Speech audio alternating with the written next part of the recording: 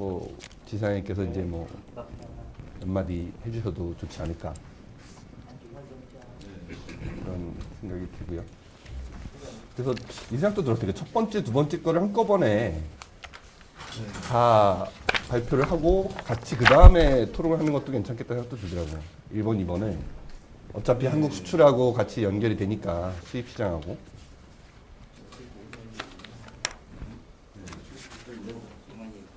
아, 안녕하세요.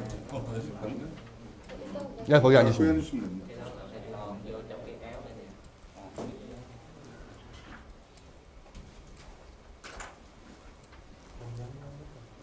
để cho ông ngồi xuống ngồi giấu ở trong ngực áo luôn, ở trong cái áo vest luôn phía sau với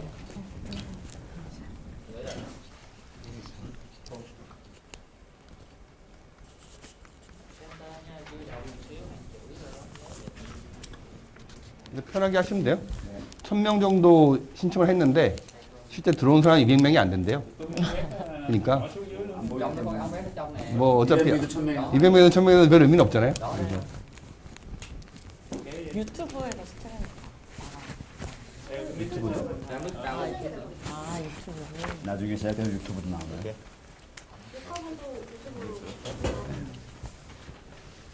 자료가 남으면 안 돼요. 그래서 제가 처음에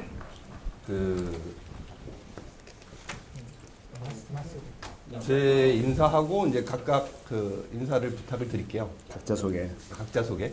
네. 뭐 제가 하는 것보다는 그래도 각자 소개를 하는 방식으로 하고, 그리고 지금 최근 코로나가 베트남이 어떤지 그걸 또 간단하게 한 30초 정도 제가 얘기를 할게요. 그러니까 궁금하긴 할 거라고. 그러니까 베트남은 코로나가 어떻게 되고 있는지를. 그래서 이제 그 얘기를 잠깐 하고, 그 다음에 이제 이 순서대로 이제 하는데, 제가 이제 이게 1번하고 2번하고 이렇게 너무 나누면은 또 이게 분절되는 느낌이 있을 것 같아서 1번, 2번을 한꺼번에 하려고요. 네.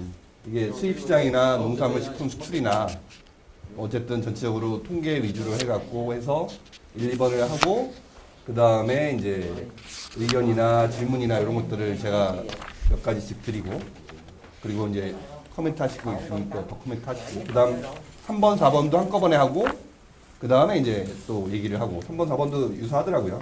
하고 있는지 뭐 이제 또. 그 다음이 이제 5번. 농식품 유통구조는 이제 별도로 하나를 그냥 하려고 하고요. 그리고 6번, 7번도 한꺼번에 그냥 쭉 발표하고, 네. 그 다음에 얘기하고. 저희는 7번 때까지는 이제 듣고 말씀드리겠네요. 아니죠. 그러니까 아닌가요? 1번, 2번 하면 네. 거기에 대해서 이제 그때 맞는 상황에 따라서 맞는 이제 상황에 따라서 제가 물어볼 거예요. 그러니까 앞으로도 뭐 베트남 뭐 식품 수입 시장이 계속 확대될 것 같냐? 뭐 어떤 품목들이 괜찮을 것 같습니까? 뭐 이런 것들을 이제 몇 가지 질문하면 권 사장님이나 아니면 우리 지사장님 이렇게 해서 그거는 뭐 이제 자유롭게 해당 사항에 맞으면 이제 네, 발언하는 걸로 하시죠. 그렇게 해서 이제 답변을 해주시고, 그리고 뭐 이런 것도 되겠죠. 그러니까 이미 너무 많은 한국 식품이 들어와서 시장이 포화가 아니냐는 얘기도 있고, 아니다 아직도 가능성은 많다 이런 얘기도 있는데, 거기에 대해서는 어떻게 생각하시느냐? 뭐 충분히 다 답변하실 수 있는 내용들이니까. 그리고 어떤 한국 식품이 잘 팔릴 거 아니야 앞으로는, 뭐 이런 것들도 있겠어요. 그런 식으로 해서 이제 몇 가지씩 하면 이제 상황에 맞게 말씀하시고, 그리고 이제 중간중간에 올라오는 그 질의들은 모아갖고 알려주면 내가 이제 그걸 갖고 질의를 다시 드리면 되죠. 네. 이분들한테. 네. 그거는 원래 저기 보나 씨가 이 아이패드에다가 해가지고 중간에 예. 오케이. 된다고 그렇게 해주면 됐고, 그렇게 진행하면 되지 않을까 싶습니다. 네. 그래서 너무 부담 가질 건 없을 것 같고요. 제가 보기엔. 죄송한데 한 분씩 그냥 뭐 안녕하세요 말 한마디만 해주겠어요? 그리고 마이크 대서 치도용. 안녕하세요. 권견입니다. 안녕하십니까, 강혜선입니다. 안녕하십니까, 김감묵입니다. 안녕하세요, 박주입니다. 네, 됐습니다.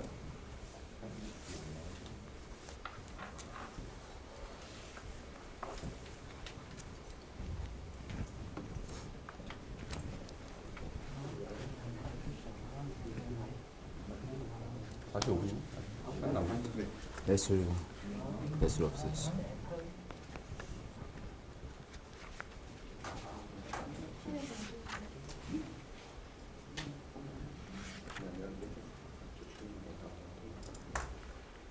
그냥 한번 시작합니다. 시작하고 화면 원장님 혹시 PPT 좀 주시면 한번 해보시겠어요? 응? 테스트 한번 해보세요. 이거? 네. 잘 넘어가네. PPT 설명하실 때는 송출 아이콘이 저렇게 나오고 밖에 나가는 거. 그래요.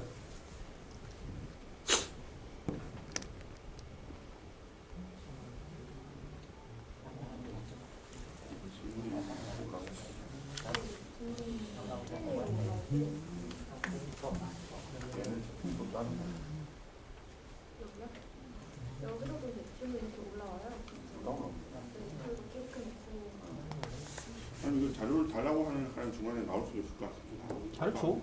줘도 되지 않겠어? 뭐 이거 뭐 특별히 문제되는 건 없을 것 같은데. 나중에 그럼 PDF 그래서 PDF 변환해서 다 줘. 회사 끝나고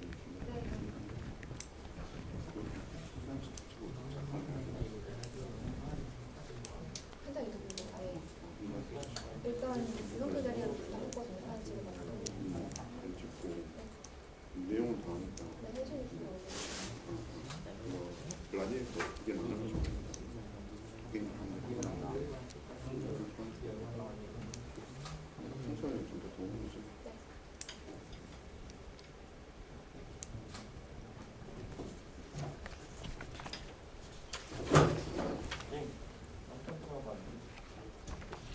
아, 그리고 제 거 설명할 때 제가 이거를 이렇게 좀 내려도 될까요? 그럼.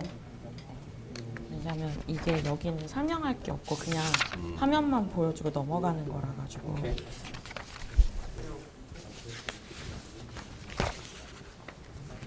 만약에 한 주제마다 마지막 그 슬라이드 넘어가시면 바로 패널로 넘어가면 되나요?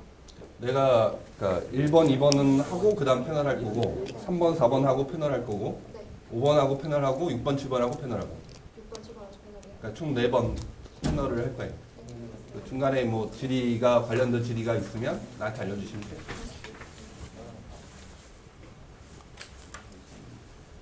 완전히 죄송한데 조금만 왼쪽으로 의자를 왼쪽? 네, 왼쪽? 저희 보시면 약간 지금 간격이 왼쪽이 지금 살짝만 들어가지고요.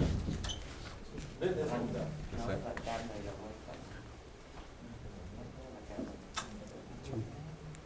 이렇게도 하고 재밌는 이것도 경험 아닌가요? 그렇죠. 그러니까요.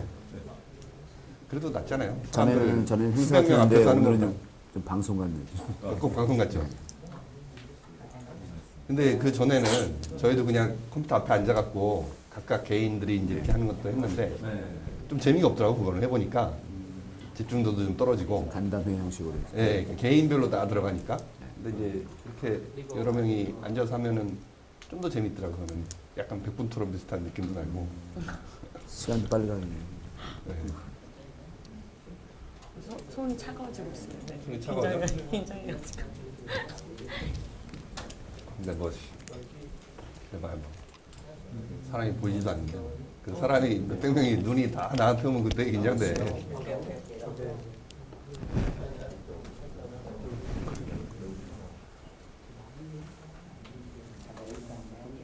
카메라 보고 얘기되는.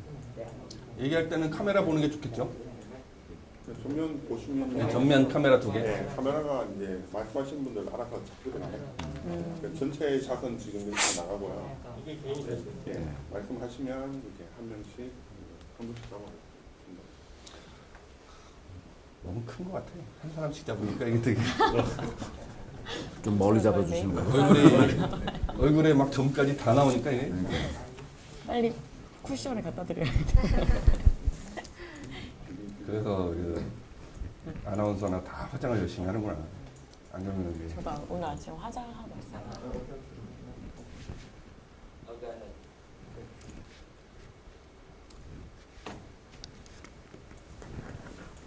주로 이렇게 화면이 나오는 게 좋은 것 같은데 한꺼번에 4명이 나오는. 아 이게 저희가 뭘 따로 들어가야 되는 이게? 네? 그런 건 없죠. 뭘 들어가요?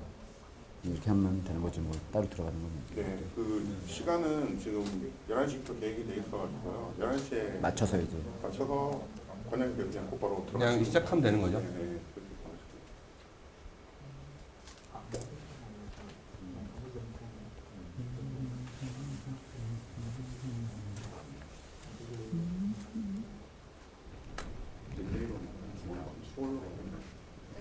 릴레이로 하니까요. 처음에 아까 중국에서 그냥 컨트롤 하다가 그냥 우리가 계속 하다가 그냥 인도로 그냥 넘깁니다. 중앙에 지금 아무도 보고는 있는데 저 그러면 인도가 비슷한 Ok, Nào.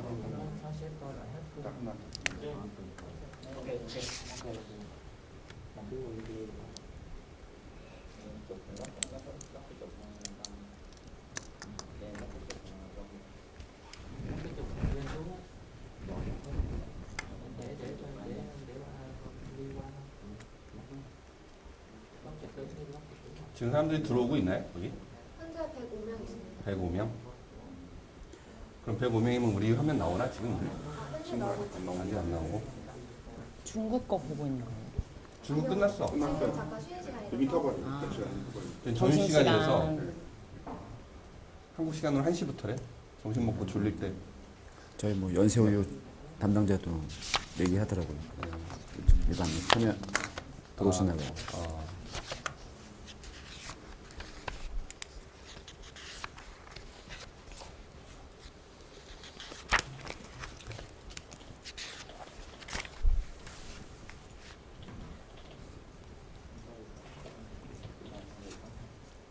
Chúng tôi còn 5-7 phút thì có 50 phút. Dạ, dạ.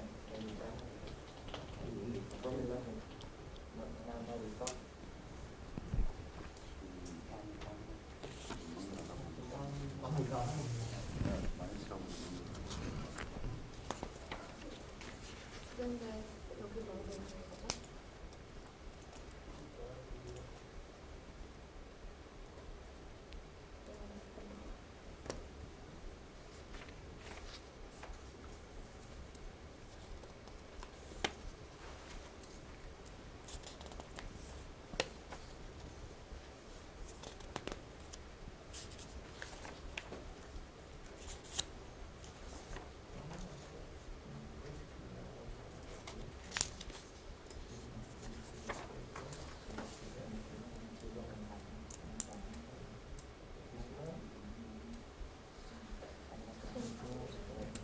제가 한국에 제 친구가 나 보라고 했더니 10년 전 사진이라고.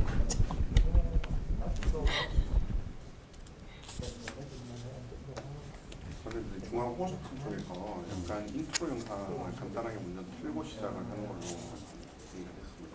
그래요.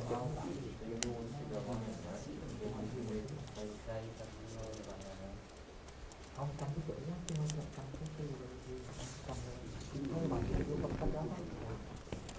Trong cái chữ cấp đó rồi.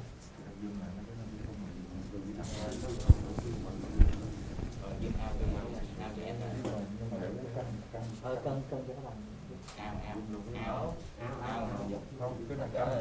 đang canh quý đang canh cho cái chữ đó.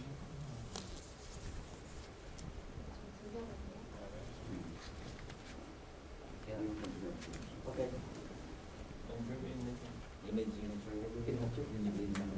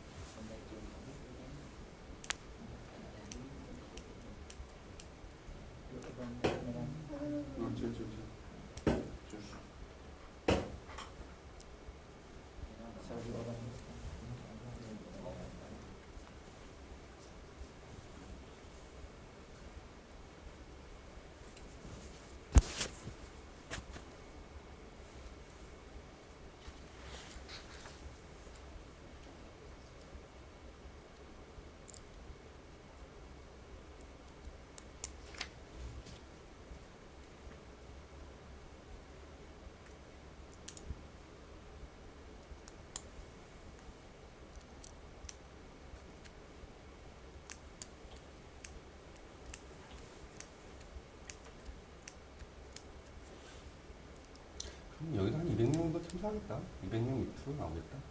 그치? 아까 105명이면 뭐 10분 전에 이 정도면.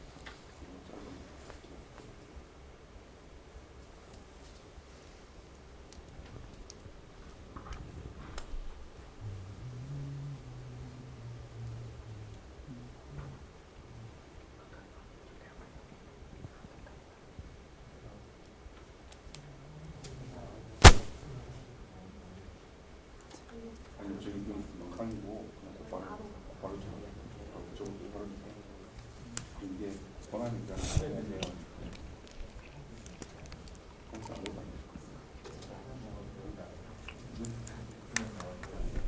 그런 거 없이 그냥 바로 들어가.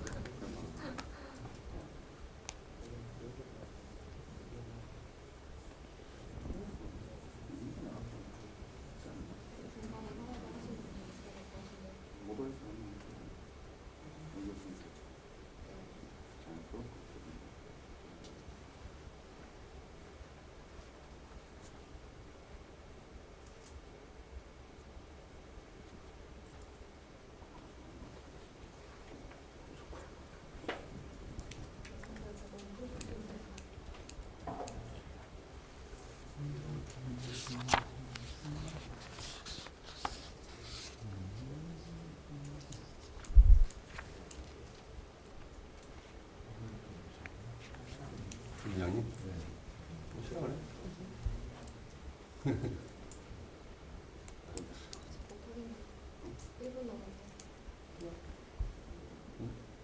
별로.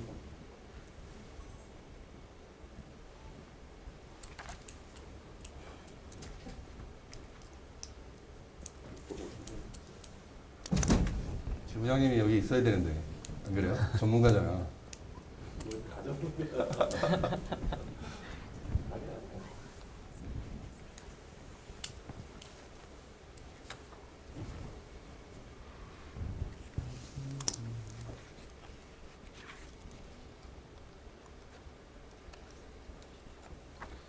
카메라를 보는 것보다 이렇게 서로 얼굴을 보는 게 더 자연스러운 거 아니야? 네네. 사실은? 네 맞죠. 그렇지. 그냥 저 발표하실 때는 요거 보시면 돼요. 나는 이걸 보면 보고. 네, 서로 말씀 나누실 때는 그냥 이렇게 자연스럽게 하시면 그러니까 그게 더 자연스러울 것 같아요. 우리가 뭐 아나운서도 아닌데 뭘 저기만 보고 얘기하는 것도. 뉴스를 발표하는 게 아니라서. 그러니까. 권한 줄것 같아요.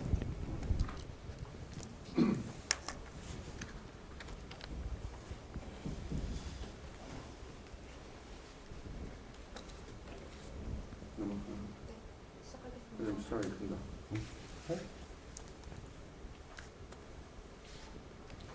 네, 안녕하십니까. 저 코트라 호치민 무역관의 김관묵 관장입니다. 오늘은 저희가 베트남 농식품 시장의 이해 및 진출 방안과 관련돼서 그 전문가들을 모시고 패널 토론 형식으로 1시간 정도 진행을 하려고 합니다. 그래서 이 전체적으로 1시간 정도 진행되는 과정에 여러분들이 혹시 질의사항이라든가 이런 것이 있다고 하면 채팅창에 올려주시면 저희가 그것들을 모아서 다시 답변을 드리는 형식으로 진행을 하도록 하겠습니다. 그럼 먼저 오늘 참석하신 패널들을 소개를 먼저 하도록 하겠습니다. 각자 돌아가면서 한번 소개해 주시면 좋을 것 같습니다. 안녕하십니까. AT 호치민의 박일상입니다. 반갑습니다. 안녕하십니까. 베트남에서 식품 수입 유통 사업을 하고 있는 권기현이라고 합니다. 안녕하십니까. 저는 호치민 무역관에서 근무하고 있는 박주희 관세사라고 합니다. 예, 이 세 분들을 저희가 패널로 모셨는데요. 상당히 어렵게 모셨습니다. 그러니까 어떻게 보면은 이제 베트남에 식품을 수출하고자 하시는 많은 분들이 궁금해하는 부분들에 대해서 가장 그 현장의 목소리를 담아서 답변을 드릴 수 있는 분들로 모셨고요. 실제 그 오늘 그 진행을 하게 되면 그 여러분들이 많은 그 성과, 결과를 얻으실 수 있지 않을까 싶습니다.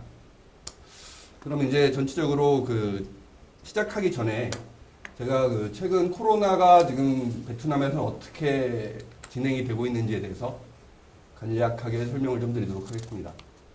그러니까 베트남은 사실 어떻게 보면 코로나 방역에 상당히 그 성공적으로 대처한 국가 중에 하나입니다. 그래서 그 4월 중순부터 7월 24일까지는 지역 감염자가 0명을 기록을 했고요. 약 거의 100일 정도 연말 기록했었는데 7월 24일에 다낭에서 이제 집단으로 그 코로나 환자가 발생을 하면서 그 다낭은 지금 락다운된 상태고요. 그리고 이제 호치민하고 하노이 같은 경우 락다운을 하진 않지만 그 30명 이상의 사람들이 모이는 그 대규모 회합은 금지되어 있는 상태입니다. 그리고 그 코로나가 발생하지 않았던 그 한 100일 정도 기간에는 실제 전시회라든가 이런 모든 것들이 정상적으로 이루어졌었는데 지금은 전시회라든가 뭐 이런 것들이 다 취소가 됐고요. 그리고 30명 이상이 모이는 바나 클럽들도 운영을 못하도록 되어 있는 상태입니다. 그리고 이제 그 외국인 입국은 여전히 금지되어 있는 상태고요. 그 한국 비즈니스맨들 같은 경우는 특별 입국을 통해서 현재 한 4,500명 정도가 지금 베트남에 들어오고 있고 현재도 계속적으로 조금씩 들어오고 있습니다. 그래서 아마 이제 지금은 대한상에서 이제 그러한 작업들을 진행을 하고 있고요. 참고적으로 알고 계시면 좋지 않을까 싶어서 말씀을 드렸습니다. 그럼 오늘 이제 목차 먼저 설명을 드리겠습니다. 저희가 총 7가지 주제로 설명을 드릴 건데요. 처음에는 이제 베트남 농식품 수입 시장 현황, 그리고 이제 한국의 대베트남 농식품 수출 현황, 그리고 이제 한국 식품 인지도, 뭐 코로나 이후에 식품 구매 패턴 변화, 뭐 이런 식으로 해서 쭉 7가지가 진행되는데 그 방식은 제가 1번, 2번을 먼저 기조 발제를 하고요. 그 다음 이제 여기는 참석하신 패널분들이 거기에 대해서 추가적으로 의견이라든가 질의에 대해서 답변을 하는 식으로 하고 3번, 4번 발표를 하고 또 똑같은 식으로 패널 토론이 있고요. 5번 발표하고 패널 토론, 그리고 6번, 7번을 하고 나서 다시 패널 토론을 하는 형식으로 진행을 하도록 하겠습니다. 그 와중에 그 참석하신 분들께서 궁금하신 사항은 채팅창을 통해서 올려주시면 저희가 바로바로 반영을 하도록 하겠습니다. 첫 번째 이제 농식품 수입 시장 현황입니다. 이제 여기 보시면은 그 베트남의 연도별 그 농식품 수입 추이를 나타내는 그래프입니다. 전체적으로 보시면은 작년 같은 경우는 이제 120억 달러가 좀 넘었는데요. 2016년부터 최근 4년치를 보면 계속 증가하는 추세에 있습니다. 그래서 가장 큰 부분은 실제 그 옥수수라든가 밀이라든가 캐슈넛, 과일, 채소, 그러니까 이러한 그 1차 농수산품이 가장 큰 비중을 차지하고 있고요. 최근에 기타 식품이라든가 사탕, 과자, 시리얼과 같은 가공식품들도 많이 늘어나고 있는 추세에 있습니다. 현재 그 베트남 GDP가 약간 3,000불이 조금 안 되고 있습니다. 근데 실제 그 구매력 기준으로 PPP는 8,000불 정도 기록을 하고 있습니다. 그리고 그 베트남 호치민하고 하노이 같은 경우에는 그 1인당 국민소득이 한 6,000불, 7,000불 대까지 올라왔다고 합니다. 그래서 국민소득이 높아지면서 이러한 그 해외 그 식품류에 대한 수입도 점점점 높아지지 않을까 예상을 하고 있습니다.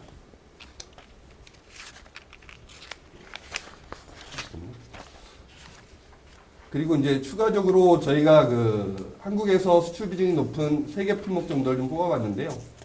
그 과일 채소라든가 사탕, 과자, 시리얼류, 기타 식품류들이 있는데 그러한 제품 같은 경우는 저희 나라가 그 과일류는 한 8위 정도 기록을 하고 있고요. 그리고 사탕, 과자, 시리얼류 같은 경우는 그 한 5위 정도 하고 있고, 그리고 기타 식품류는 6위 정도를 기록을 하고 있습니다. 실제 이제 베트남에 수출을 많이 하고 있는 그 국가들 같은 경우는 태국이라든가 아니면 인도네시아, 아니면 싱가폴, 말레이시아와 같은 이제 같은 아세안 국가들이 많이 수출을 하고 있고요. 그리고 이제 미국과 중국이 또 대량으로 많이 수출을 하고 있습니다. 그리고 그러니까 이러한 그 상황들을 보면서 실제로 어떤 분들은 한국 식품이 수출을 할 수 있는 여지가 이제 거의 없어진 거 아니냐는 얘기를 하는 분도 있지만 아직도 우리나라가 수출할 수 있는 여지는 많다. 다른 나라들에 비교했을 때 이제 그렇게 보고 있고요. 이러한 부분들은 참고적으로 알고 계시면 좋을 것 같습니다. 그리고 이제 한국의 이제 농산물 수출과 관련돼서 베트남이 어느 정도 위상을 갖고 있는지 말씀을 드리겠습니다. 작년에 저희 나라에서 전 세계로 수출한 농식품 수출은 약 95억 달러 정도가 됩니다. 그 중에 이제 일본, 중국, 미국이 이제 압도적으로 높은 비중을 차지하고 있고요. 베트남이 4위를 기록하고 있습니다. 어떻게 보면 전체적으로 6.7억 불 정도 되니까요. 전체 수출 비중에서는 7% 정도 되는데, 베트남 같은 경우는 시장 규모에 비교해 봤을 때 상당히 선방하고 있지 않나라고 생각을 하고 있습니다. 중국이 인구가 15억이고, 미국이 뭐 3억이 넘는 인구를 갖고 있고, 뭐 일본도 상당히 높죠. 근데 베트남도 1억이 조금 안 되는 인구에도 불구하고 한국 식품 수출의 비중에 있어서는 상당히 높은 부분이 아닌가 그렇게 보고 있습니다. 그리고 이제 이거를 이제 경제권별로도 이제 한번 살펴봤는데요. 그러니까 아세안, 그러니까 베트남이 포함되어 있는 아세안이 일본 다음으로 많은 수출 비중을 차지하고 있고요. 그 뒤를 이어서 중국, 미국 순으로 쭉 되어 있습니다. 그리고 이제 아세안 국가 내에서 베트남이 어느 정도 비중을 차지하는지를 저희가 다시 한번 봤는데요. 이제 1월부터 6월 기준으로, 그러니까 올해 6월 기준으로 했을 때, 일단 이제 전체 약 9억 달러 정도 중에서 3억 달러 정도가 베트남에 수출되고 있기 때문에 약 33% 정도의 비중을 차지하고 있고요. 인구수가 많은 뭐 인도네시아가 한 2억 5천 정도 된다고 하는데, 인도네시아나 필리핀, 보다도 더 수출이 높다고 볼 수 있겠습니다. 이제 저희가 이제 한국에서 베트남으로 수출되고 있는 품목을 10대 품목을 뽑아봤습니다. 18년, 19년, 20년 1월부터 6월까지 해서 쭉 뽑아봤는데요. 전체적으로 보시면은 한국에서 베트남으로 수출되는 식품류는 계속 늘어나는 추세에 있습니다. 2016년에 약 5억 달러부터 시작해서 지금은 작년까지는 6억 7천만 달러까지 올라갔으니까요. 그래서 늘어나고 있는 추세고, 가장 높은 비중을 차지하는 이제 품목이 닭고기라든가 뭐 참치라든가 관련 담배죠. 아니면 음료 이런 품목들이 상위권을 차지를 하고 있고요. 그 다음에 뭐 인삼이라든가 라면이라든가 배라든가 김 이런 품목들은 꾸준하게 계속 늘어나고 있는 추세에 있습니다. 그리고 이제 최근에는 라면이라든가 이제 조제분유 이런 품목들이 이제 품목이 좀 수출이 많이 확대되고 있는 추세에 있다고 볼 수 있겠습니다. 그리고 이제 과일류를 한번 살펴봤습니다. 실제 한국에서 베트남으로 수출할 수 있는 과일은 총 5개밖에 없습니다. 여기에 나와 있는 배, 딸기, 포도, 사과 외에 감이 작년 연말부터 이제 수출이 시작됐다고 하고요. 요 5개 품목만 이제 수출이 가능한데, 이 통계에서 보시면 아시겠지만 배가 이제 압도적인 1위를 차지하고 있고요. 근데 배 같은 경우는 2018년부터 이제 중국에 밀려서 저희가 1위에서 이제 2위로 하락을 했습니다. 그래서 어떻게 보면 이제 중국에서 한국산 품종을 가져다가 뭐 신고배 형태로 해갖고 만들어서 훨씬 낮은 가격으로 베트남에 수출하다 보니 실제 품질 차이라든가 가격 차이 이제 이런 부분에 있어서 점점 차이점이 없어지고 있기 때문에 그런 부분이 좀 어려운 부분이 아닌가 싶고요. 딸기 같은 경우는 뭐 그래프에서 보시면 아시겠지만 이건 기하급수적으로 늘고 있습니다. 그래서 베트남 수입 딸기 중에 99%가 전부 한국산이고요. 실제 품종 같은 경우도 이제 처음에는 이제 매양이라는 품종이 많이 들어왔는데 요새는 이제 서량이라는 품목도 추가가 되면서 고급 딸기에 대한 수요가 많이 늘어나고 있다고 합니다. 그리고 포도 같은 경우는 뭐 한국에서도 상당히 비싼 샤인머스켓이 베트남에 수출되고 있고, 뭐 이러한 품목들은 고소득층을 위주로 해서 상당히 인기가 높은 상황이고요. 사과 같은 경우는 많은 나라들이 같이 경쟁이 되고 있습니다. 미국, 뉴질랜드, 프랑스, 뭐 중국 여러 품종들이 같이 경쟁하고 있는 상황이고, 그럼에도 불구하고 한국 사과 같은 경우 상당히 좀 많이 늘어나고 있다라고 이제 볼 수가 있고요. 그 다음에 이제 추가적으로 이제 버섯하고 이제 김치류가 있는데요. 버섯은 이제 뭐 팽이버섯, 느타리버섯 이런 이제 버섯들이 좀 수출이 되는데 그 중에는 이제 팽이버섯이 가장 수출 비중이 높습니다. 그리고 이제 김치 경우는 요새 이제 중국에서 상당히 또 많이 들어온다라고 합니다. 그리고 또 현지에서도 생산이 많이 되면서 전체적으로 이제 김치는 늘어나긴 하지만 전체적으로 이제 정체된 형태가 아닌가 이런 생각이 좀 들고 있습니다.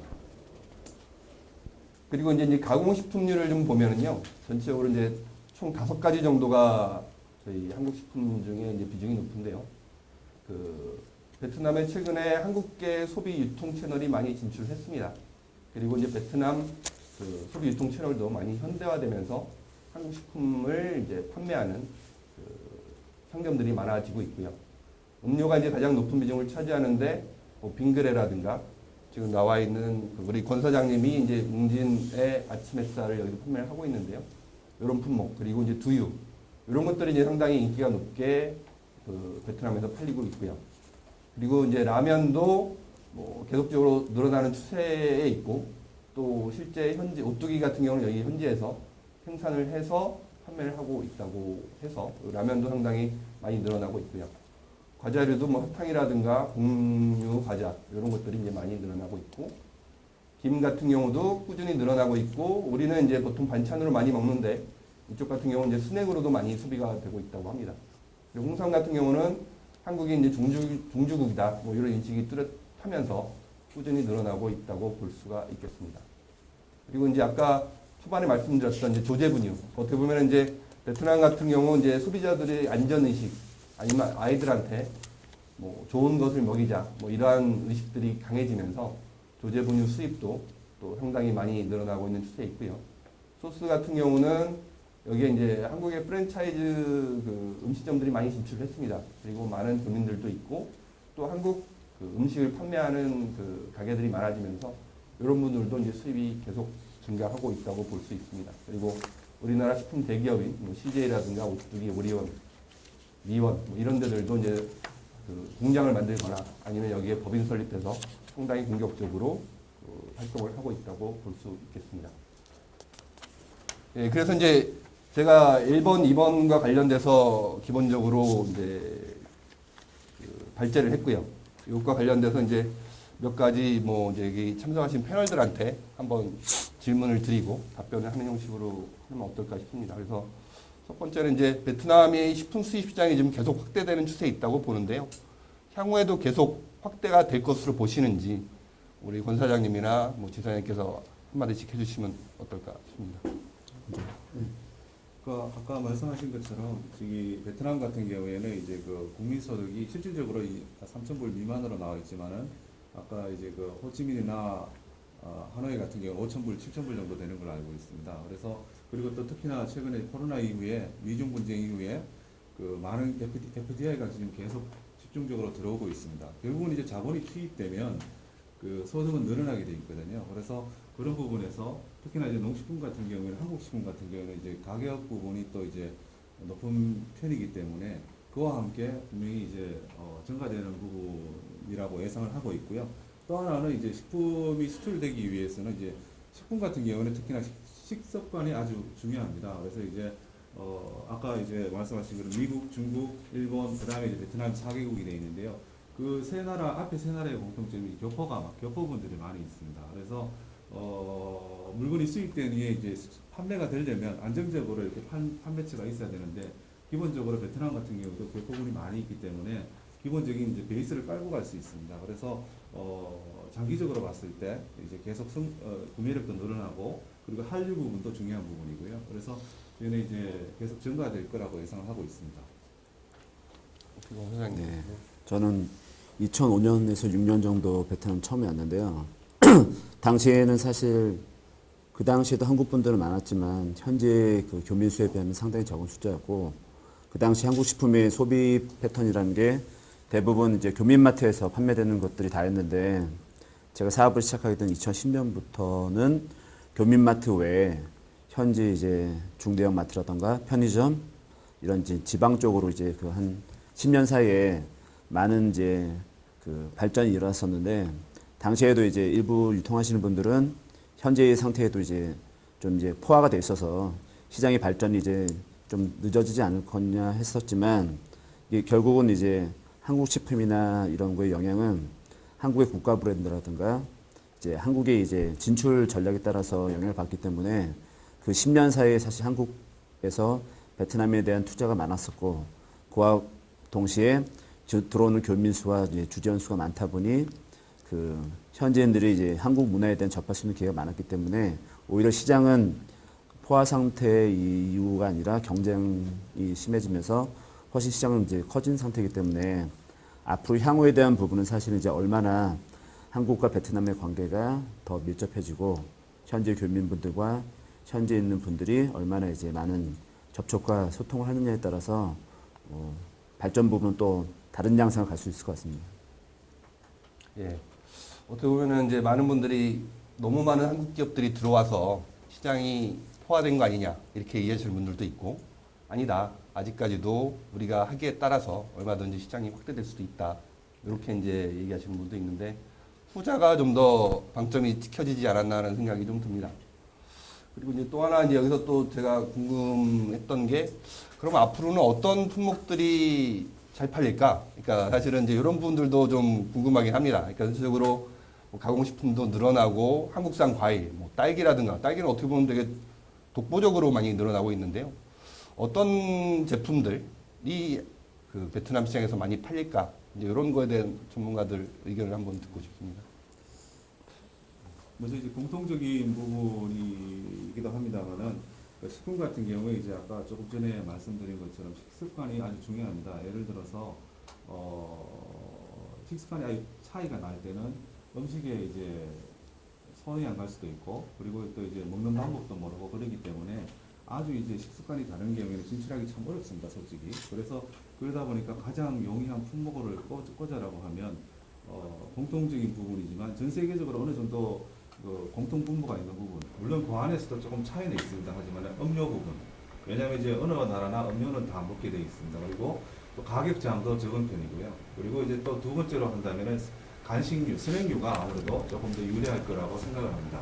물론 그 안에서 들어가는 음료 같은 경우에도 미국 같은 경우에는 이제 알갱이가 있는 걸 별로 싫어하시고 그리고 또 베트남 같은 경우에는 이제 알갱이가 이런 거에 대해서 그렇게 부정적인 생각은 안 갖고 계시거든요. 그리고 이제 남미 같은 경우에는 이제 포도 주스가 좀 많이 나가고 있는데 그런 부분, 그런 차이는 세세한 차이는 있지만은 가장 이제 그 접근할 수 있는 부분이 이제 음료 부분하고 그 다음에 이제 말씀드린 그 스낵류 그렇습니다. 그리고 또 베트남 같은 경우에 이제 쌀 문화가 지금 같이 식습관에 쌀 문화가 있습니다. 그러다 보니까 이제 대표님도 계시지만은 그 쌀 과자라든지 궁진 쌀음료라든지 이런 부분이 지금 이제 자리를 잡은 이유 중에 하나가 아주 그렇게 좋은 부분이라고 생각을 하고요.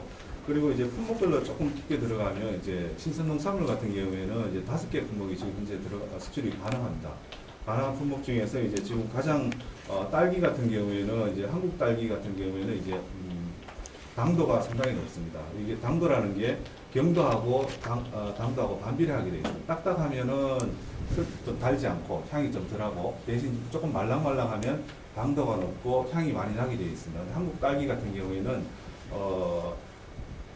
한국 딸기 같은 경우는 이제 당도가 높고 그러다 보니까 이제 베트남뿐 아니라 어느 나라에서나 이제 지금 아주 중요한 품목으로 이렇게 수출이 잘 되고 있는 품목 중에 하나입니다.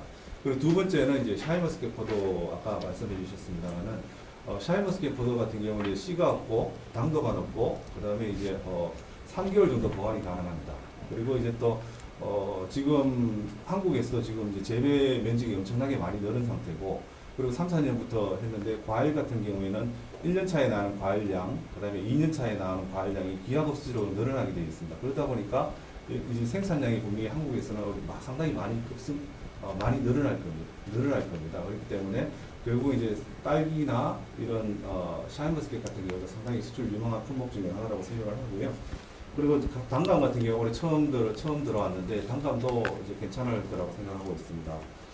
그리고 이제 구체적으로 버섯 같은 경우에도 이제 지금 현재 베트남 시장에서 버섯은 한국이 이렇게 새송이 버섯하고 팽이 버섯을 이렇게 시장을 개척했습니다. 그런데 그동안 이제 중국산에 조금 밀렸었는데 가격 부분 때문에 지금 차츰 이제 한국산에 이렇게 조금 이제 다시 늘어나고 있는 추세 중에 있습니다. 그리고 품목 중에서는 이제 아까 말씀드린 그래서 두유라든지 이런 부분, 이제 가공식품 중에서 두유라든지 쌀음료라든지 이런 부분을 좀 집중적으로 해주시면 아마 쉽게 다른 품목보다는 좀 유리하실 것 같습니다. 예. 선생님께서는 어떻게 생각하십니까? 저는 뭐 현지 실선에서 있는 경험을 토대로 말씀드리면 사실 이제 외국인한테 자국의 식품을 판다는 것 자체가 설명을 하기 시작하면 상당히 판매가 어려운데, 그래서 말씀하셨듯이 결국은 뭐 라면, 아이스크림, 음료, 그다음에 과자, 뭐 캔디, 설명이 필요 없이 전 세계 모든 사람들이 이제 소비할 수 있는 제품들이 처음 먼저 시장을 이제 들어갔는데, 사실 한국의 많은 이제 식품 회사들이 그런 대기업 위주의 그 일부 품목만 할 수는 없으시기 때문에 결국 베트남에서 지금의 다양한 제품이 이제 소비되는 이제 계기가 됐던 건 사실은 많은 교민분들 도우시면서 현지 교민마트가 이제 발달을 하면서 그 교민마트 중에서 현지인의 방문을 많이 이끌었던 곳들이 있는데, 그런 곳에서 많은 이제 현지인분들이 다양한 제품을 이제 소비를 하다 보니 그 소비하는 제품들의 이제 종류가 다양해지면서 다른 뭐 많은 이제 제품들이 소비가 될 수 있었다고 보고 있고요.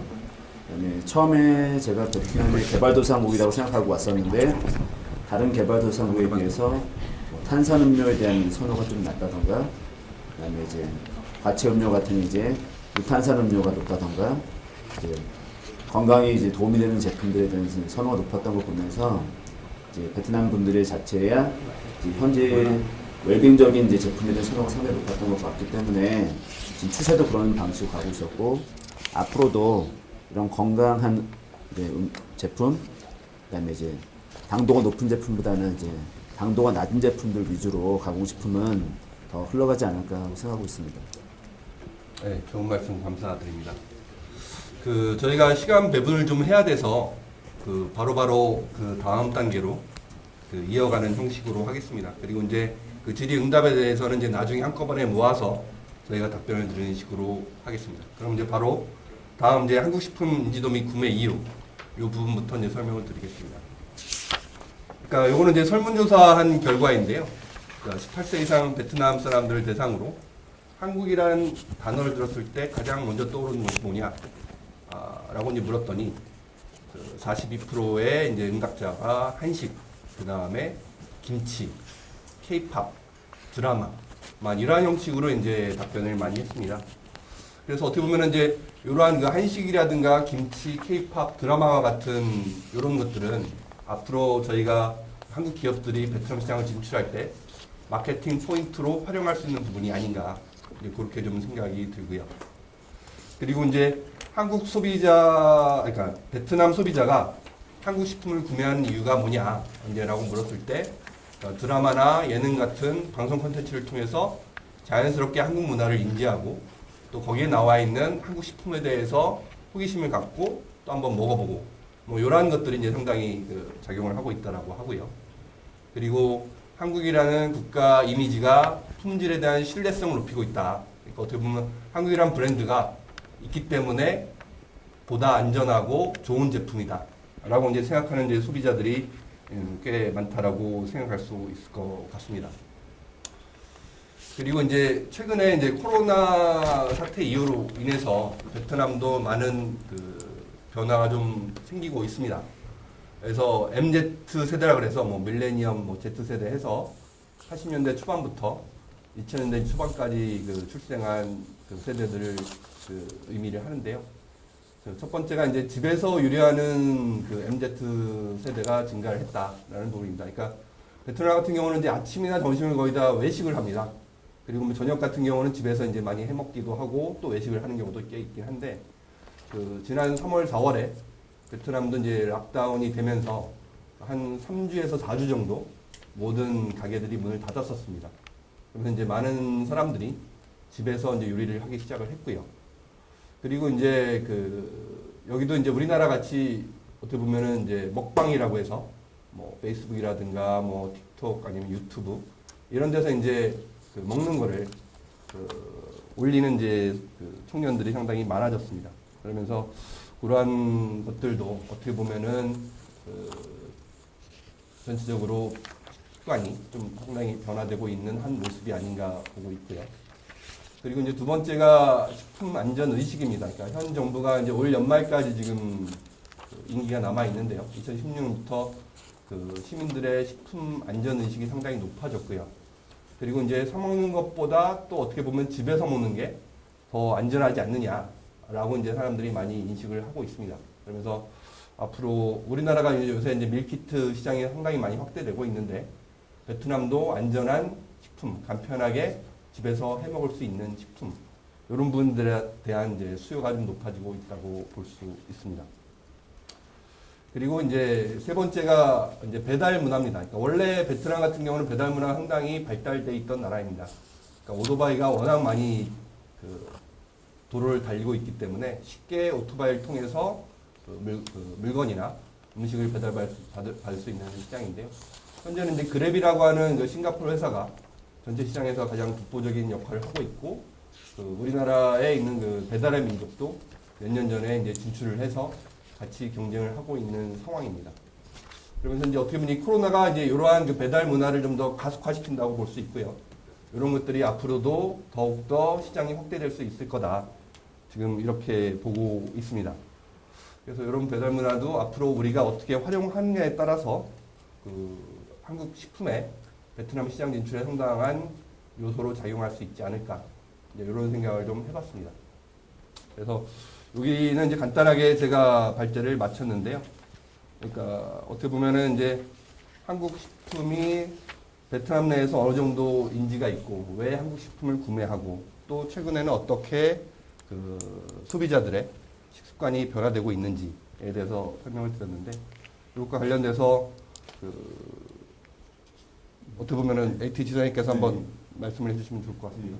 한국 식품에 대한 이미지는 일단은 이제 저희가 현지 분들한테 좀 물어보면 한국 식품에 대해서 어떻게 생각하냐 그러면 첫 번째가 한국 식품은 안전하다, 품질은 좋다, 근데 가격은 조금 비싸다, 그런 정도 이미지를 인식하고 있는 걸로 알고 있습니다. 그리고 브랜드에 대해서는 저희가 한 예로 포도 같은 경우에는 현지어로 되어 있는 것보다 한국 박스 그대로 가져가서 파는 거에 대해서 더 신뢰도가 높게 이렇게 판단하고 있습니다. 현지 분들이. 그렇기 때문에 한국 식품에 대한 위치에 대해서는 이제 상당히 좀 좋은 위치 포지셔닝을 하고 있다고 생각을 하고 있습니다. 그리고 그럼 사장님께서는 또 네. 추가적으로 사실 뭐 예전에 소득 수준이 낮을 때는 사실은 한류라는 부분, 한국에 대한 관심 부분이 관심과 이제 뭐 지원 정도로만 끝났었는데 베트남도 이제 급속히 세계 경제에 편입되면서 일반 분들의 소득 수준이 높아지면서 그게 구매로 이제 직접 이어져 갔고요. 뭐 베트남은 이제 대표적인 한류 국가였기 때문에 최근의 경향은 그게 직접적인 관심에서 이제 구매로 이어질 수 있다는 게 가장 큰 이제 시사점인 것 같습니다. 저희가 코트라에서 이제 과거에 그 화장품이라든가 이런 이제 소비재를 이제 수출하기 위해서 그 SBS의 이제 런닝맨과 같은 방송 프로그램을 활용해서 그 일종의 PPL이죠. PPL 형태로 이제 한번 저희가 마케팅을 시도해 본 적들이 있었는데요. 아까 이제 K-팝이라든가 드라마 뭐 이런 것들이 상당히 그 베트남 사람들이 드라마에 대해서 좋아하고, 여기 넷플릭스에서도 한국 드라마가 상당히 상위권을 선점하고 있기 때문에 이런 식품류 같은 경우도 그런 이제 드라마를 좀 활용한다거나 뭐 아니면 K-팝 스타를 좀 활용한다거나 하게 되면은 좀 더 좋은 그 효과가 있지 않을까, 그런 생각도 좀 들고요. 아까 이제 지사님께서 말씀하셨듯이 한국 제품이라는 거를 강조할 수 있는 뭐 한글이라든가 뭐 이러한 박스 포장부터 해서 좀 만들게 되면 소비자한테 어필하는데 상당히 좋지 않을까 싶은 생각도 듭니다. 네, 또 하나 이제 궁금한 게 베트남 사람들은 어떤 맛을 좋아하는지 그것도 좀 궁금합니다. 그러니까 이 현지 사람들은 우리나라 사람은 뭐 매운맛을 좋아하고 김치를 좋아하고 뭐 이런 것들이 있는데 베트남 사람들은 어떤 맛을 좋아하나요? 일반적으로 이제 식당에 가보시면 아시겠지만 달고 짠 거를 많이 좋아하시고, 식습관으로 봤을 때 특히나 저희가 닭고기가 많이 제일 첫 번째 수출 품목으로 되고 있습니다. 근데 이제 베트남 분들 같은 경우에는 고기가 육류 같은 경우에는 저희 한국 같은 경우는 연한 부분을 좋아하는데 좀 질기고 씹히는 맛, 그런 맛을 좋아하십니다. 그래서 닭고기 같은 경우에는 저희가 이제 그런 쪽에 맞춰서 이렇게 수출이 많이 되고 있는 상황이고요. 그리고 이제 음료라든지 이런 부분에 대해서는 이제 안에 이제 보통 아시겠지만 스푼을 같이 넣어 주십니다. 그래서 같이 떠먹고 하는 그런 식습관도 가지고 계십니다. 베트남 소비자들은 그 음식을 구매할 때 가장 중요하게 생각하는 게 뭘까요? 가격일까요? 아니면 맛일까요? 아니면 자기 건강에 좋은 걸까요? 어떤 것들이 이 사람들은 가장 선호를 할까요? 선택을 하는 기준이 뭐라고 할까요? 뭐 제품마다 좀 다르겠지만 기본적인 공통적인 부분은 안전한 먹거리라는 게 첫 번째인 것 같고요. 그렇기 때문에 이제 중국과 관련된 제품들이 베트남 시장에서 이제 자리를 크게 잡지 못하는 부분, 그다음에 이거는 사실 지역과 이제 소득처별로 좀 달라지긴 하는데 이제 하노이를 기반한 북부 지방은 사실은 지인의 추천, 입소문 이런 부분에 대한 이제 그 구매로 연결되는 이제 관련성이 크고 호치민 분들은 사실 호치민을 기반 남부 지방 분들은 광고나 뭐 TV 이런 거에 대한 이제 그 연계로 해서 구매로 이어지는 부분이 좀 강한 것 같습니다. 알겠습니다. 제가 최근에 듣기에는 이제 중국에서 들어오는 제품들이 뭐 한글을 쓴다거나 해서 한국 제품하고 오인되게 해갖고 들어오는 경향도 있다고 좀 들었습니다. 네. 그래서 어떻게 보면 이제 한국이라는 이미지가 전체적으로 식품을 그 소비자한테 어필하는데 좋은 작용을 하고 있다라고 생각이 들고, 그리고 이제 안전이라는 부분들도 상당히 의미가 좀 있는 것 같습니다. 그리고 이제 배달 같은 경우는 이제 최근에 많이 되고 있는데 이 배달 문화를 잘 활용을 해서 한국 제품이 또 진출할 수 있는 방법이 있지 않을까. 이게 어떻게 보면 또 하나의 유통 채널이라고 이제 보여지거든요. 기존의 전통적인 시장이라든가 아니면 현대식 마켓에서 소비되는 거 이외에 배달 시장을 전문으로 해갖고 그 진출하는 것도 어떻게 보면은 상당히 괜찮은 방법이 되지 않을까, 이제 이런 생각도 좀 잠깐 해봤습니다. 혹시 코로나 이후에 네. 특별히 수입이 많이 늘어났다든지 아니면 매출이 급상승한 이런 제품들이 있으실까요?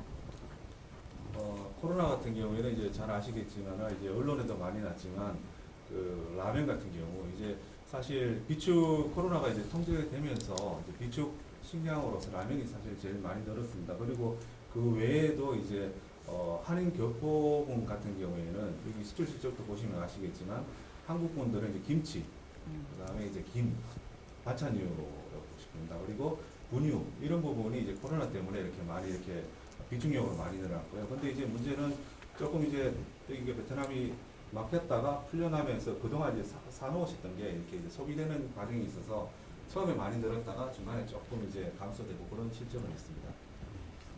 제 생각은 베트남 관련된 한국 식품의 여러 이제 뭐 간담회나 강의들이 있었지만 이제 코로나 이후에 대한 부분이 저는 상당히 중요하다고 생각하는데 보통 이제 혹자는 AC, 뭐 BC에서 비포 코로나, 애프터 코로나로 좀 분류하시는데 제 개인적으로는 사실 코로나로서 베트남 이제 식품 유통 시장도 엄청나게 변할 것이고 한국 식품도 많은 이제 변화의 기로에 서 있다고 보는데요. 처음에 이제 한국이나 중국에서 오신 분들이 제일 먼저 얘기하시는 게 온라인 시장에 대한 관심이 많으세요. 이미 이제 선진국 온라인 시장 발전이 됐기 때문에 사실 코로나 전에는 상당히 저는 이제 회의적이었고요. 워낙 온라인 그 물류 시스템이 있기 때문에. 하지만 코로나 이후에는 모든 게 바뀔 것이다. 그래서 이제 온라인 유통으로 판매할 수 있는 제품에 대한 관심도 높아질 것이고 또 이제 하나가 아까 이제 사재기에 관련된 제품들 중에 뭐 라면, 냉동식품 이런 것들이 있는데 사실 레토로 HMR 식품이 베트남이 상당히 어려웠었는데 신선도를 중요시하는 이제 베트남 분들이 고주파에 만들어진 제품들이 얼마나 소비가 가능할 것이냐는 좀 회의가 있었는데 이번 기회로 사실은 현지인 분들도 이런 제품을 가지고 본인들 좀 필요한 시기에 먹어봤더니 큰 무리가 없고 맛도 괜찮고 이런 이제 간접 경험을 하시면서 앞으로 이거에 대한 이제 한국에 수입되는 제품들, 현지에서 제조돼서 공급되는 제품들이 하나의 시장을 또 새로 개척하지 않을까 생각하고 있습니다. 네, 맞습니다. 그러니까 온라인 시장 같은 경우는 뭐 전 세계적으로 지금 다 유망하다라고 모든 사람들이 얘기를 하고 있고요.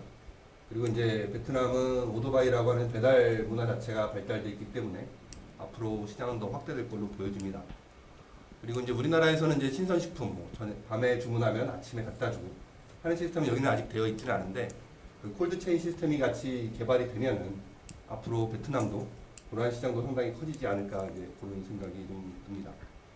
그리고 이제 어떻게 제가 우리 이제 권 사장님께 하나 더 여쭤보고 싶은 거는 그 웅진식품의 그 아침 햇살이 어떻게 보면 베트남에서 되게 성공적으로 그 진출을 했는데 그 경험을 조금 같이 나눠주시면 어떨까 싶으니까 어떤 부분들이 소비자한테 어필했고 뭐 이런 것들을 그래서 아까 이제 현지분들이 선호하는 제품에 대한 얘기를 하다가 다 얘기 못 드렸는데 사실 베트남에 많이 있어서 그 선호하지 않는 제품들이 있고 아이템이 베트남이 없어서 선호한 제품들이 있고 이제 사실은 예측을 하기 쉽지 않은데 쌀로만 보면 사실은 베트남이 너무 흔한 이제 제품이다 보니까 이게 쌀과 관련된 제품이 처음부터 잘 될 거라는 생각은 저희가 해보지 않았습니다, 사실.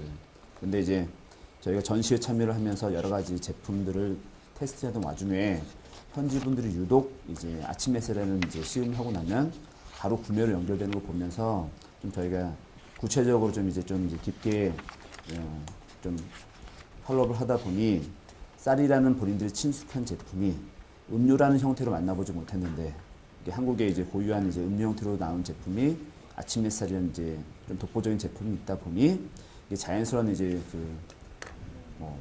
본인들의 건강한 음료라고 생각하고 있고 쌀이라는 게 너무 귀중하다고 생각하고 있기 때문에 쌀 기반을 든 나라이기 때문에 그런 거에서 이제 현지인들의 이제 수요 창출이 상당히 가파르게 됐었고 또 한국에서도 이제 쌀 수출과 관련된 가공식품이다 보니 또 이제 많은 이제 지원과 이제 홍보를 같이 해주시면서 이런 제품들이 이제 하나의 브랜드로 이제 만들어져서 현지에서 쌀 음료를 이제 본인들은 이제 우리가 쌀의 종주국인데 쌀 음료를 한국에서만 수입할 수 있겠느냐라는 제조사도 생겨서 쌀 음료를 만들어 하게 되고 한국에서도 쌀 음료는 거의 이제 그 스테디화 됐었는데 새로운 제품들이 나오면서 베트남 시장에 들어오다 보니까 이게 동시다발적으로 하나의 이제 쌀 음료라는 시장이 만들어지다 보니까 저희가 먼저 선점한 브랜드가 더 이제 앞으로 갈 수 있는 이제 계기가 됐던 것 같습니다.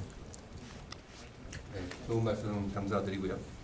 그럼 이어서 그 다음 이제 주제로 넘어가도록 하겠습니다.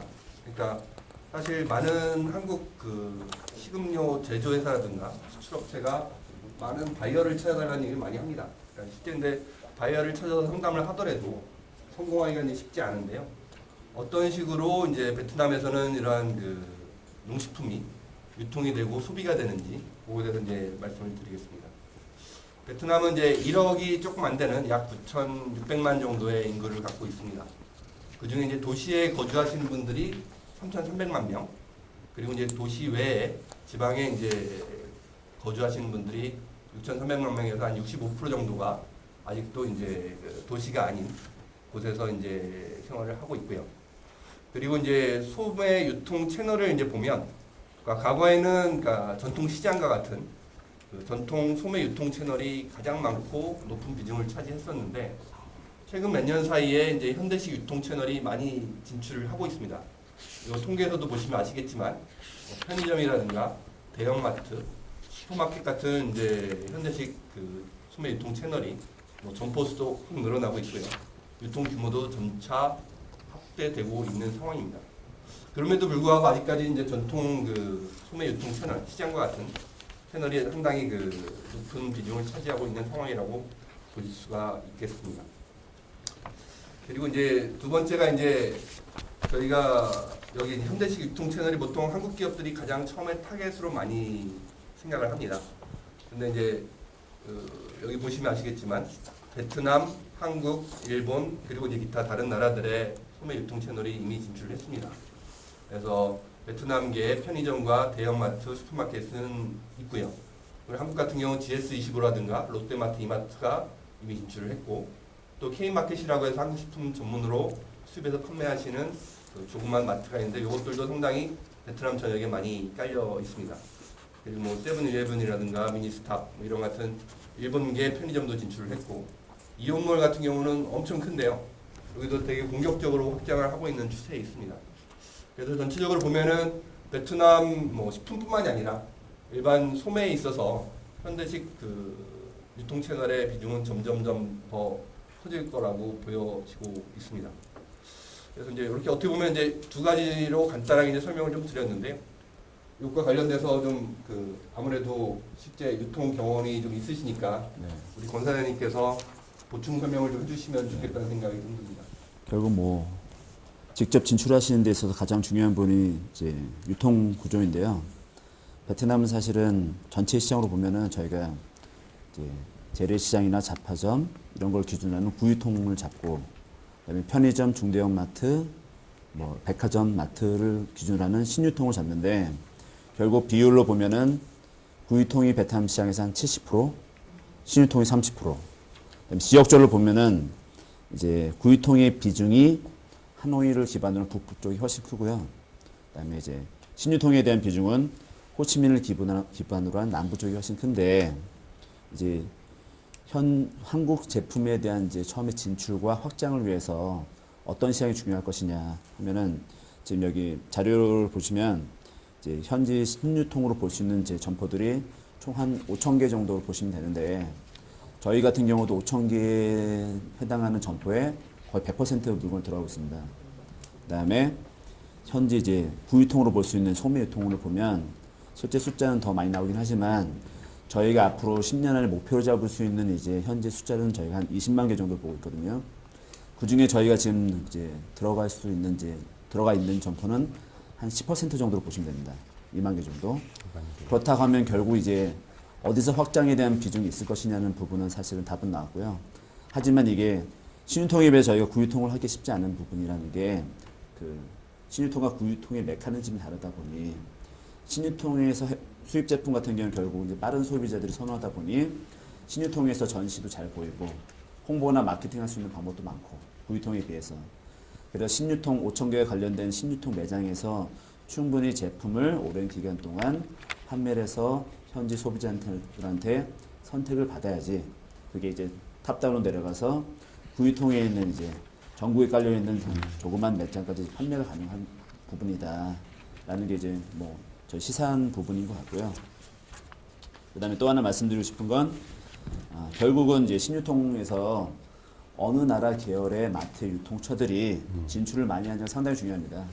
저희가 이제 일본 마트에 비해서 사실은 롯데마트 같은 경우가 먼저 진출하다 보니 대형마트로서 저희 다양한 이제 한국 제품, 식품들이 선을 볼 수 있는 이제 장소가 되었었고 이후에 사실은 일본의 뭐 편의점을 기반으로 하고 대형마트를 기반으로 하는 이제 유통 채널들이 대거 진출하면서 사실은 일본 제품들이 많이 이제 베트남 진출하게 됐습니다. 그러니까 그래서 저희 뭐 유통하는 식품을 다루는 사람들의 희망사항으로는 한국의 유통 브랜드들이 빨리 이제 베트남에 대한 이제 시장을 확인하셔서 진출을 하면 할수록 저희 한국에 수출하시는 분들, 여기 현재 수입하시는 분들, 관련 기관들이 훨씬 더 시너지를 가질 수 있지 않을까 생각합니다.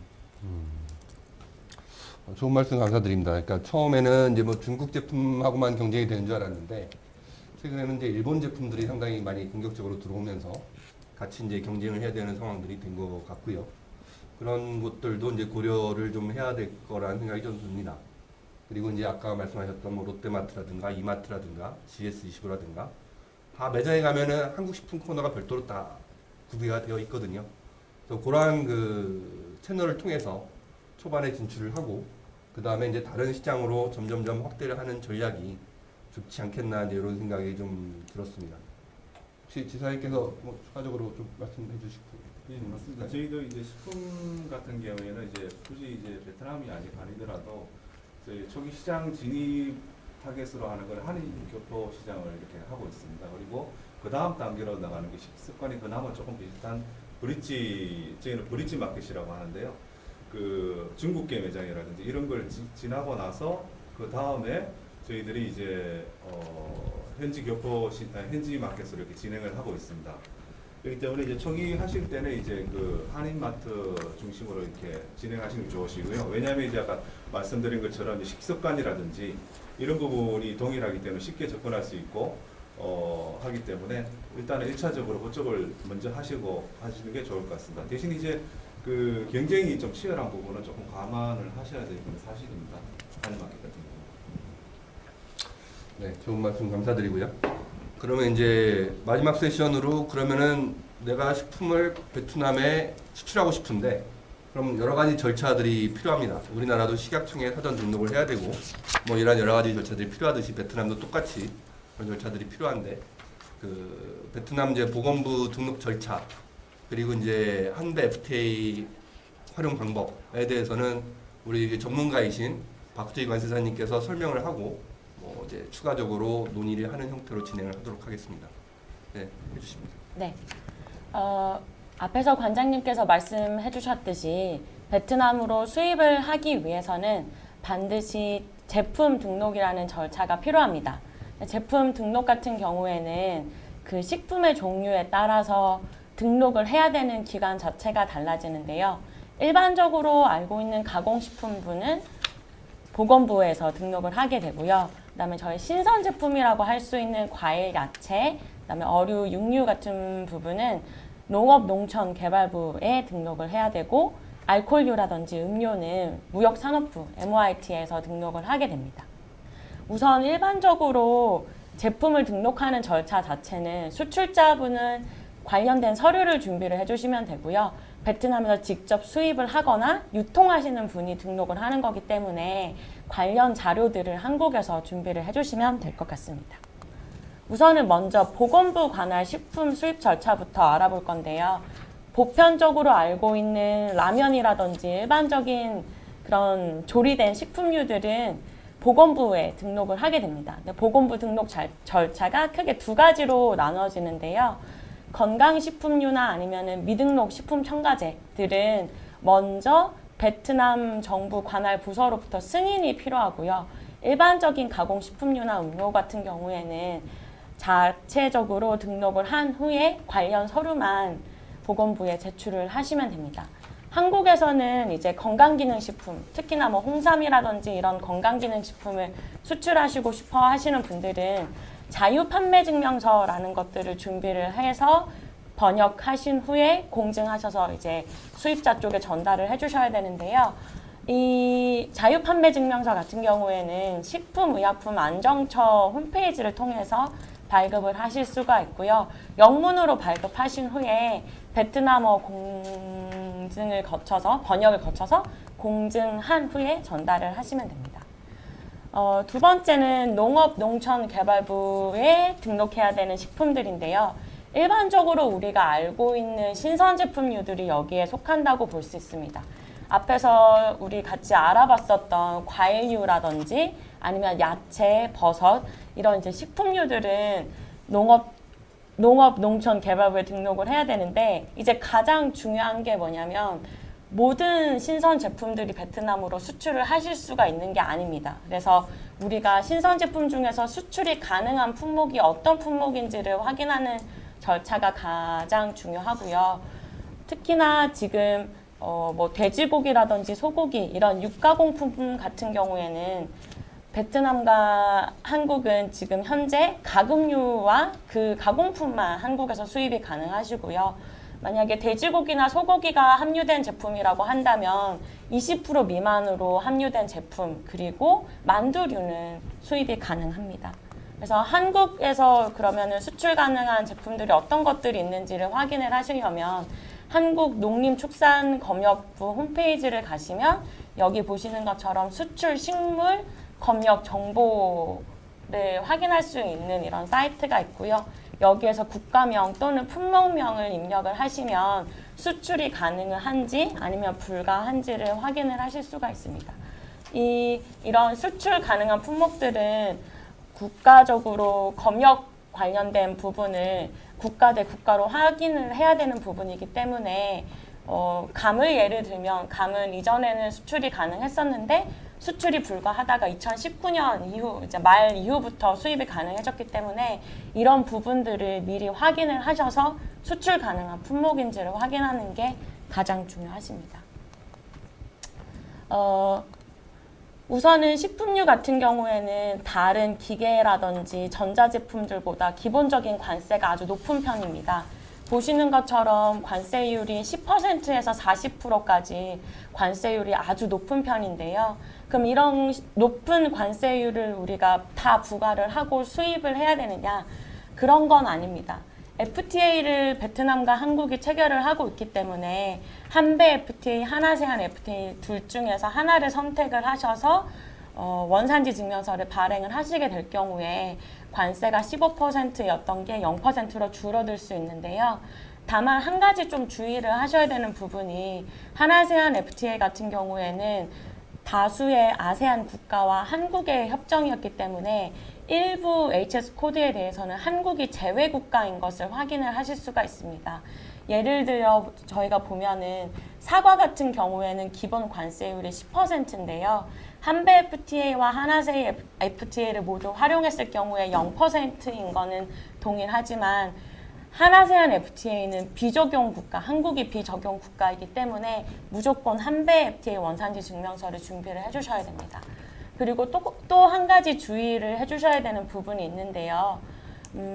한배 FTA라든지 하나세안 FTA 어떤 원산지 증명서를 발행을 해도 상관은 없지만 가장 중요한 거는 수입 시에 원산지 증명서 원본을 제출을 해야 되는 겁니다.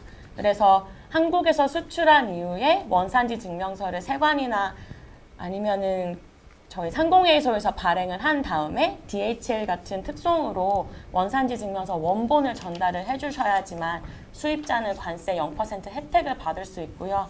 이게 관세율이 높다 보니까 반드시 수입할 때 원산지 증명서를 제출하게끔 해서 관세를 처음부터 물지 않는 게 수입하는 팁이라고 보실 수 있습니다. 예, 발표 고맙습니다. 여기도 이제 똑같이 식품류 같은 경우는 그 보건복지부나 이제 이런 데 등록을 하고 허가를 받아야 되는데요. 베트남이 이제 이런 행정 절차가 상당히 느리다고 많이 들었습니다. 어느 정도 걸리나요? 보통 이렇게 한번 식품류를 수출하고자 했을 때 결정이 됐다. 그러면 이제 서류를 다 준비해서 바이어가 이제 이러한 그 서류를 제출하고 나서 실제 승인이 받을 때까지는 어느 정도 걸리나요, 보통? 우선은 제품에 따라서 좀 내용들이 다른데요. 제가 직접 상담을 하다 보면은 대부분 이제 2달 정도를 예상을 하시고 준비를 하시라고 저희는 말씀을 드립니다.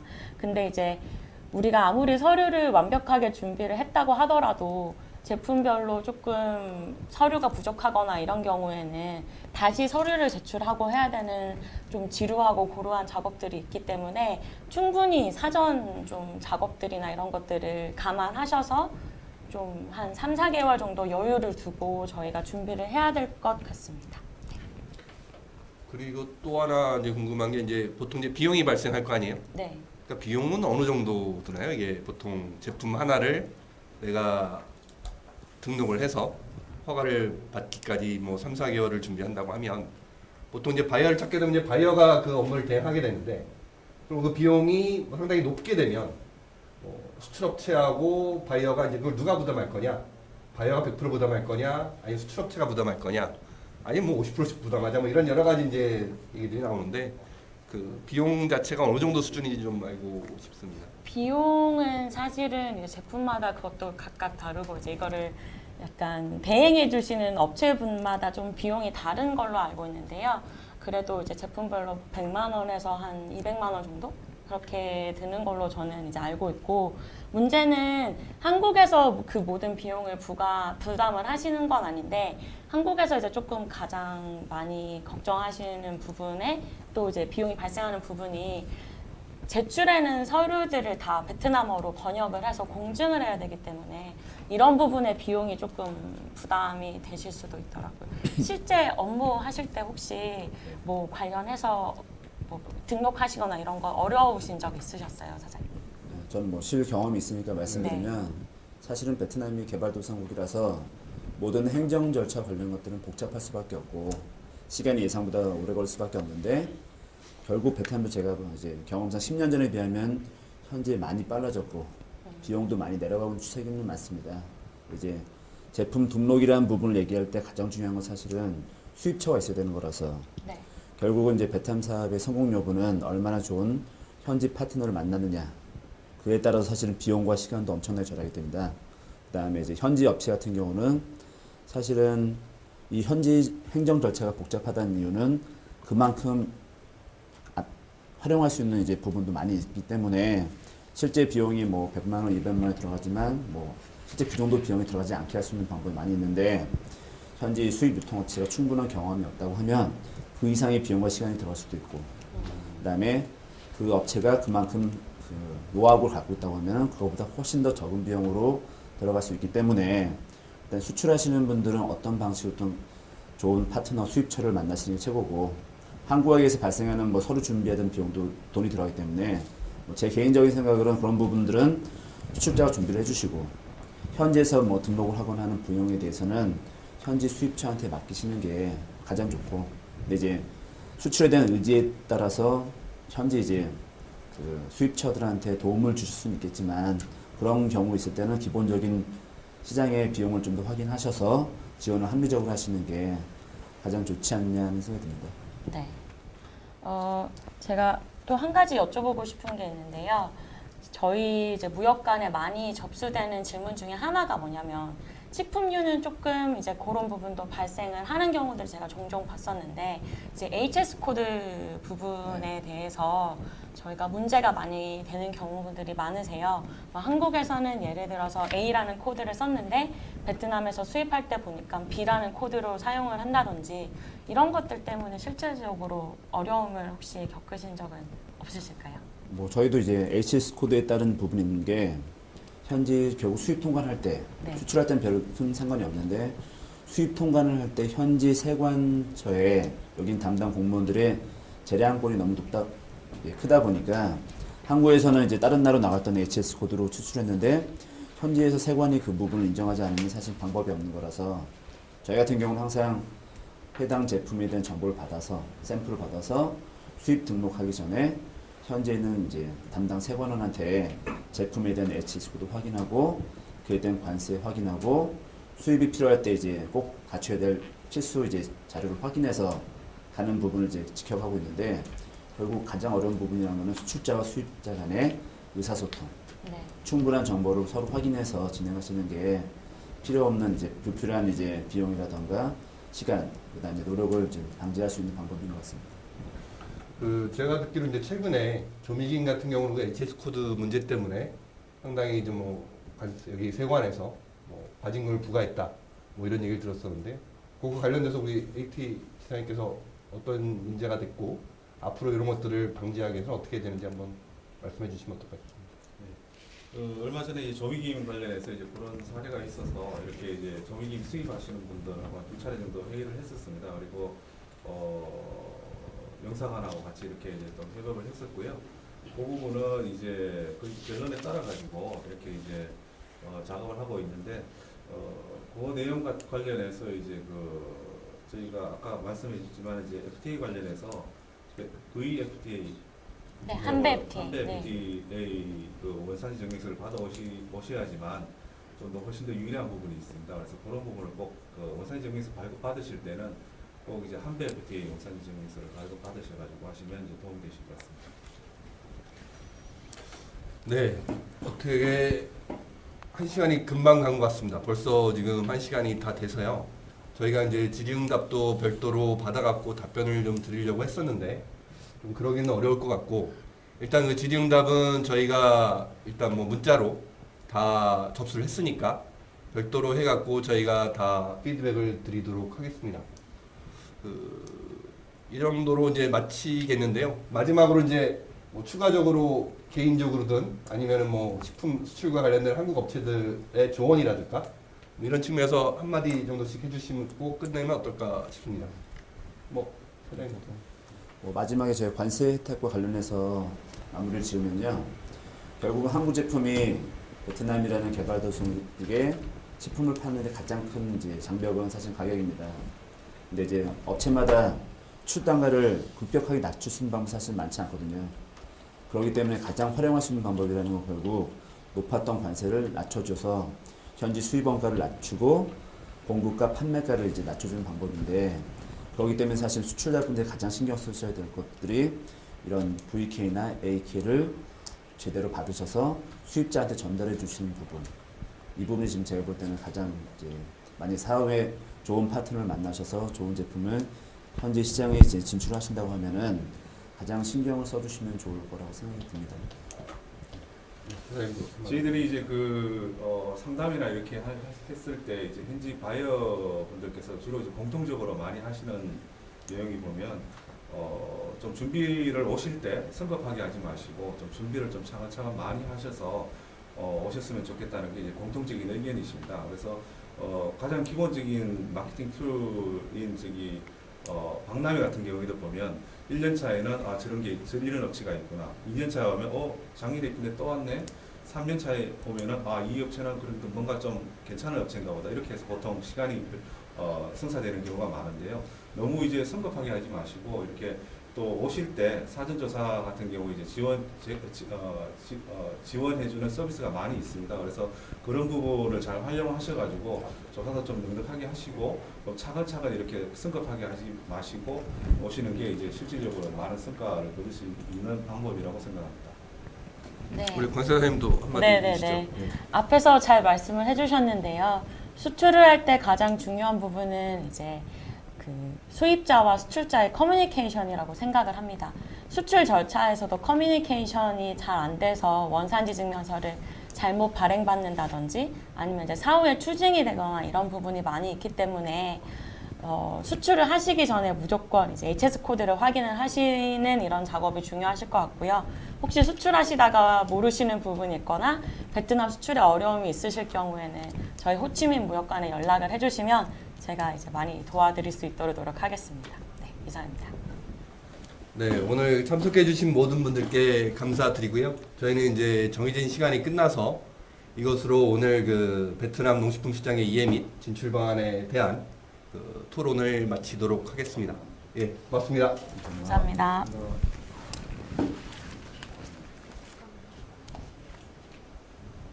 끝났어요? 네. 수고하셨습니다. 목소리를 잘 쓰죠.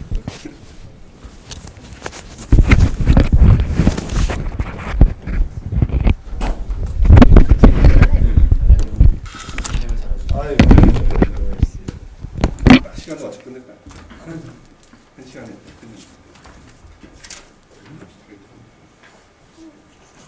어떤 게 있는 다른 것보다 자료를 정리해 주셨습니다.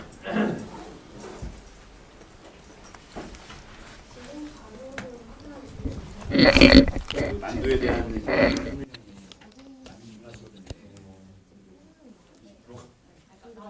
원래 누가 만든다는 얘기를 듣는데 만두가 없는 거죠.